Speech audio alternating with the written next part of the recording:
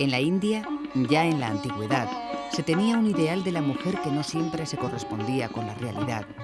En la mitología hindú tenemos muchos ejemplos de la idealización en figuras de mujeres fuertes, dominadoras y dueñas de su destino. La religión hindú, parangonando en importancia a dioses y diosas, lanza el mensaje de la igualdad y no fomenta ningún tipo de discriminación sexual. Pero la realidad social es distinta y ha provocado muchas veces la supeditación, especialmente a partir del influjo de la llegada de los diversos dominadores musulmanes de la India. Durante varios siglos, la mujer hindú no tenía ninguna parte en el patrimonio y ningún derecho de divorciarse de su marido, ni siquiera si éste cometía bigamia. Si se moría el padre de una muchacha joven, ésta tenía que depender eternamente de la amabilidad de un hermano o un tío para su subsistencia y la preparación de la dote para su matrimonio. Si era infeliz en su matrimonio, no existía ninguna vía de escape. Sin embargo, no son solo los hombres los culpables de esta situación. Las mujeres mismas contribuyen a perpetuar algunas de estas costumbres nefastas. Afortunadamente, todos estos factores no son los únicos ni están generalizados. Constituyen solo una parte de la realidad. La India siempre despierta un gran interés. En anteriores programas hemos hablado de la India desde el punto de vista de su filosofía, de su religión. Hoy vamos a hablar de la situación de la mujer en la India. Para ello contamos con la presencia de Enrique Gallud-Jardiel, doctor en Filología Hispánica, profesor de Lengua y Literatura en la Universidad Francisco de Vitoria y autor, entre otros, de los siguientes libros: La India en la literatura española, Diccionario de Hinduismo, Antología de la literatura clásica india, Las hierbas de la sabiduría, etc. Buenos días, Enrique. Buenos días. En una de sus obras, La civilización de la India, Will Durant cita un pasaje de una curiosa leyenda hindú. Cuando el divino artífice llegó a la creación de la mujer, vio que había agotado sus materiales en la formación del hombre y no le quedaba ningún elemento sólido. En tal dilema la modeló eclécticamente de sobrantes de la creación. Tomó la redondez de la luna, las curvas de las enredaderas, la adhesión de los zarcillos, el temblor de la hierba, la esbeltez del junco, la frescura de las flores, la liviandad de las hojas, el gradual angostamiento de la trompa del elefante, la mirada de las ciervas, el arracimarse de las abejas, la alegría de los rayos del sol, las lágrimas de las nubes, la inconstancia de los vientos, la timidez de la liebre, la vanidad del pavo real, la suavidad del pecho del loro, la dureza del diamante, la dulzura de la miel, la crueldad del tigre, el cálido brillo del fuego, la frialdad de la nieve, la charla de los grajos, el arrullo del coquila, la hipocresía de la grulla y la fidelidad de la chacravaca. Y combinando todo esto, hizo a la mujer y la dio al hombre. ¿Qué lugar crees que ocupa la mujer en la sociedad de la India y sigue supeditada al hombre, como estas líneas que acabo de leer parecen mostrar? Bien, habría que decir, en cuanto al precioso fragmento que has leído, que parece que tiene unos tintes simbólicos más judeocristianos que puramente indios. Ahí se habla de que se está creando a la mujer un poco como de los restos del varón. Eso no encaja con el concepto filosófico que se tiene en el marco del hinduismo. El hinduismo es un panteísmo total, todo lo que existe es una sola cosa, es un ser divino, entonces todos sus fragmentos son iguales en ese sentido. Sería una cosa inconcebible hablar de superioridades e inferioridades en el marco del concepto filosófico. Otra cosa es lo que pueda suceder a nivel social o lo que haya podido suceder históricamente. Obviamente la mujer ha tenido una supeditación histórica al varón durante mucho tiempo. La mujer pues no podía heredar patrimonio, no tenía capacidad de divorciarse, incluso durante la época en que la India fue una colonia de los ingleses. Esta situación, al menos legalmente, cambia de una manera radical con la independencia. A partir de 1947, la India se constituye en una república federal y, por supuesto, ahí las mujeres tienen, ante la ley al menos, todo tipo de derechos exactamente igual que el varón. No existe ninguna discriminación oficial en ningún ámbito y, por supuesto, la discriminación que se pudiera hacer socialmente está perseguida y está penada por la ley. En ese sentido, la mujer es totalmente igual al varón. En muchos aspectos la mujer está avanzando de una manera muy rápida, se ha incorporado a todos los ámbitos sociales desde hace bastantes años, tiene los mismos derechos y también interviene de una manera muy directa en la mayor parte de las profesiones importantes. La mujer en la India está muy insertada en el mundo político, en el mundo laboral, desde hace mucho tiempo, en la policía, en el ejército, en todo tipo de profesiones. Incluso habría que considerar, como puede ser simplemente una casualidad, un detalle pintoresco, pero desde el año 1966 la India tuvo, en la persona de Indira Gandhi, una primer ministro que era una mujer. Es un fenómeno que aún no ha tenido lugar, por ejemplo, en Estados Unidos o en España. El panteón hindú está poblado de numerosas deidades, divinidades, que desde épocas remotas se les rinde culto en diversos lugares, tanto en forma de deidades panindostánicas como en forma de deidades menores de ámbito local. Esto es cierto, el culto al aspecto femenino de la divinidad tiene en la India desde muy antiguo una importancia esencial. El número de diosas, por decirlo así, es amplio y todos los aspectos masculinos de la divinidad van obligatoriamente acompañados de su parte femenina, que simbólica y mitológicamente se define como su consorte, su esposa, y que tiene tanta importancia como el varón, a diferencia de lo que sucede en otras cosmogonías. Es de destacar incluso el hecho de que el panteón de los dioses arios de la época védica, que viene desde fuera, tiene muy pocas diosas, por así decirlo, pero vuelven a aparecer por el sustrato indio indígena que había en la península indo-gangética y vuelven a incorporarse a ese aspecto de la divinidad como forma de adoración. Hay muchos dioses en la India y todos tienen sus preferencias, sus sectas, sus partidarios. Están los partidarios de Vishnu, los partidarios de Shiva, pero los partidarios de la diosa, concebida como Shakti, como la energía, son muy numerosos. Los Shakta son una de las formas de religiosidad más numerosas de la India, y esto es algo digno de ser tenido en cuenta también. En los libros sobre el pensamiento de la India suele mencionarse a Shakti en oposición a Purusha, hombre gigantesco y primigenio, que ya aparecía primitivamente en el Rig Veda. Este es un concepto puramente femenino. ¿Cuál es el origen de esta idea de la Shakti? La Shakti es un concepto interesante. No diría yo que sea un concepto opuesto al Purusha o al principio masculino. En general, el punto donde coinciden las escuelas filosóficas del hinduismo, que son varias, es que estamos hablando de un monismo absoluto. En un principio hay una sola cosa, únicamente en el segundo peldaño del sistema es donde aparece el dualismo y donde algunas escuelas, como por ejemplo la escuela Samkhya principalmente, divide a ese ser divino entre Purusha, que sería el principio masculino, el hombre primigenio, conceptual, un poco al estilo del panteísmo hegeliano, y la Shakti o energía femenina, que es realmente lo que hace funcionar el universo, lo que son las cosas, lo que es la manifestación del absoluto en esa forma física. Entonces, esto tiene una tradición muy antigua en la India, totalmente prearia. Los cultos primigenios de la India son adoración al principio generador masculino en forma de lingam, ¿verdad?, en falo simbólico por un lado, y por el otro lado, no menos importante, adoración a la madre. Y se entiende por la madre todas aquellas cosas que producen la generación de los seres. La tierra es una divinidad, es nuestra madre, porque la tierra nos da el sustento con el que vivimos. La vaca, en la cultura india, es también la madre, porque de la vaca surgen todos los productos lácteos, que son el principal alimento de estos pueblos. Entonces, este principio va transmitiéndose y perdura en la India.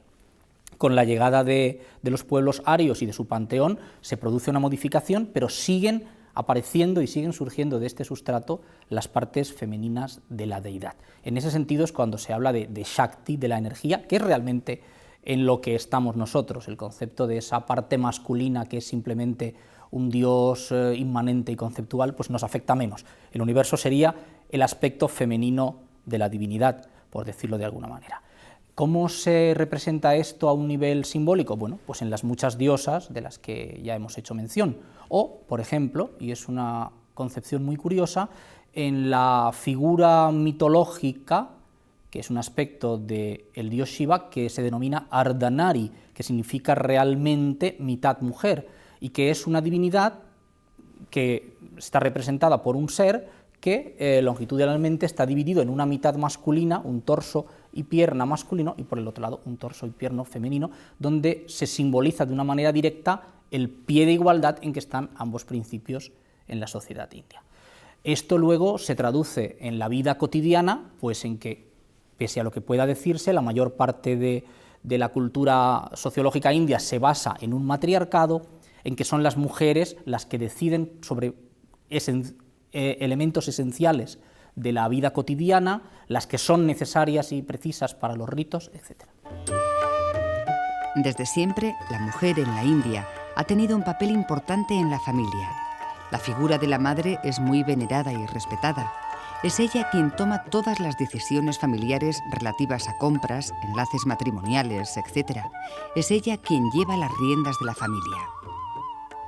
A pesar de la importancia dentro de la familia, la mujer tiene que observar varias costumbres de cara al exterior. En varias regiones se cubren la cara cuando aparecen delante de hombres desconocidos. Solo sale la mujer más mayor de la familia. También comen solo después de que hayan comido todos los varones de la casa, incluyendo a los hijos pequeños. Cuando acompañan a sus maridos, andan un paso detrás de ellos, y cuando llegan a una casa que no es la suya, hay una separación inmediata de los hombres y las mujeres. Los hombres se dirigen al salón y las mujeres a la cocina. ¿Qué se puede decir de la mujer como compañera del hombre, como amante, como partícipe de la relación amorosa en el marco simbólico de la religión? A los occidentales nos puede chocar el hecho de que en los frontispicios de los templos de Khajuraho, Khajuraho y otros lugares existen estatuas eróticas en posturas sexuales, ¿no? Y cuando uno observa esto, se pregunta que cuál es la razón de estas imágenes, de esta iconografía. Bien, habría que decir que para la cultura hindú el sexo como tal no es en absoluto pecado. Al contrario, es una actividad excelente de por sí y que puede tener varias finalidades. Obviamente la más importante es la de la reproducción de los seres, la de la generación. Este concepto es muy importante y esto conecta con lo que hemos dicho antes sobre la importancia de la mujer, que a la India se la venera en su aspecto de madre, o sea, como la persona que da un fruto. Esa es la razón por la que se pueden encontrar, no solo en Khajuraho, sino en otros muchos sitios, en los templos, figuras representando imágenes de intercambio sexual de muy variado tipo. No solo desde un punto de vista iconográfico directo, también desde un punto de vista simbólico. Es corriente en la India la adoración del lingam, que es el falo simbólico masculino, que no está solo, sino que se halla inserto en una especie como de recipiente semicircular que se denomina el yoni y que representa a los genitales femeninos, y eso se adora como símbolo de la divinidad. Uno de los aspectos de la divinidad es la unión, incluso física, del principio masculino y el femenino para producir la generación de los seres. Eso es una cosa que se tiene que tener en cuenta. También que ha habido en el hinduismo antiguo un trato social muy abierto en materia sexual, que luego, a partir del siglo X, con la llegada de los musulmanes, pues va a cambiar. Entonces, esta imagen que podemos tener de la India actual, en donde las mujeres se cubren el rostro con la cara, con una actitud de pudor, con una actitud de ocultar su rostro a las miradas masculinas, pues es una cosa que viene impuesta por la superposición de otra cultura. Pero cuando vemos las pinturas antiguas, las esculturas de la India anterior, lo normal era que las mujeres aparecieran y vivieran con el torso desnudo, como era lo lógico y lo corriente en un clima muy cálido. Esto nos da una idea de la visión abierta que se tenía del sexo y del trato carnal en aquellos tiempos. No solo esto, sino que el sexo, aparte de ser un camino para la generación de seres, puede ser una vía de evolución espiritual, como sucede en el tantra, el tantrismo, que es una escuela filosófica del hinduismo, es una escuela heterodoxa, pero no repudiada, simplemente es una escuela hermética, y en donde se dice en uno de sus postulados que la unión carnal entre dos seres puede dar al que lo experimenta de una manera regulada atisbos de la divinidad y puede ser una forma, un camino para aprender lo que es la esencia del ser. ¿Qué papel desempeña la mujer en el mantenimiento del sistema de castas? La mujer tiene un papel muy importante en el mantenimiento del sistema de castas, que es un fenómeno social que ya está desapareciendo en la India urbana, pero que en la India rural todavía se mantiene, puesto que la casta perdura con el nacimiento, con los matrimonios, y es tradición en las familias indias que sean las mujeres las que deciden con quién va a casarse a la gente de la familia. Entonces, las vinculaciones de unas familias con otras dentro de la misma casta y subcasta o fuera de ella, o sea, respetando la tradición o por el contrario rompiéndola, es una decisión que siempre la suelen tomar las mujeres. Esto en cuanto a su influjo. En cuanto a cómo les afecta a ellas directamente, puede decirse que las mujeres de alguna manera están fuera del sistema de castas, puesto que al contraer matrimonio adquieren la casta del marido. Así como los hombres mantenían su casta primero en función de su oficio y después en función de una inercia social, las mujeres podían cambiar por matrimonio, con lo cual adquirían la del marido y de esa manera socialmente subían peldaños o bajaban peldaños dependiendo de en qué familia se insertaran. Una mujer de casta baja o media que se casara en una casta muy alta pasaba a obtener ese rango social de la casta superior y, por supuesto, sucedía lo mismo en el otro sentido. Entonces diríamos que la mujer no mantiene el sistema de castas en sí, sino que se adapta a ese tipo de estructura social. La situación de la mujer en la India ha experimentado cambios desde el siglo XIX. Muchos reformadores, como Raja Ram Mohan Rai o como el propio Mahatma Gandhi, lucharon por la dignidad y la libertad de las mujeres desde su posición privilegiada de hombres. Se dictaron muchas leyes para la protección de la mujer y sus derechos civiles. Estamos hablando de aspectos muy variados sobre la situación de la mujer en el subcontinente, en la India, y cómo se concibe lo femenino. Pero en el subcontinente existen diferentes etnias, distintas religiones. ¿Se podría generalizar en estas cuestiones que estamos tratando? ¿O por el contrario sería importante deslindar la situación con criterios geográficos, religiosos, etcétera? Sería muy importante deslindar todo lo que hemos dicho con criterios religiosos. No tanto en criterios geográficos, puesto que la situación de la que estamos hablando es un poco homogénea en toda la India, pese a la extensión del país, y tampoco hay una diferencia muy importante en cuanto al nivel económico, a la hora de cómo se trata a la mujer en estos sentidos. La religión sí es un factor predominantemente importante en estas cuestiones, puesto que, claro, hablar de la India es una generalización. No es lo mismo la cultura hindú, la cultura musulmana, la cultura cristiana. Puede haber diversos criterios. Incluso puede haber podríamos decir que una discriminación mayor o menor con referencia a algunas cuestiones según la religión que se profese. Por ejemplo, la comunidad cristiana, que ha tenido siempre una postura bastante avanzada y bastante progresista, ha tenido desde antiguo una manera como muy moderna de vestir que a otras comunidades no se les habría aceptado. Lo que para una comunidad es correcto, para otra no lo es. Entonces, eso sería un punto a destacar. O, por ejemplo, en el hinduismo se da mucha importancia a la educación. Los hindúes, siempre que ha habido una posibilidad social, han mandado a sus hijas a estudiar a las universidades, mientras que los musulmanes no lo han hecho.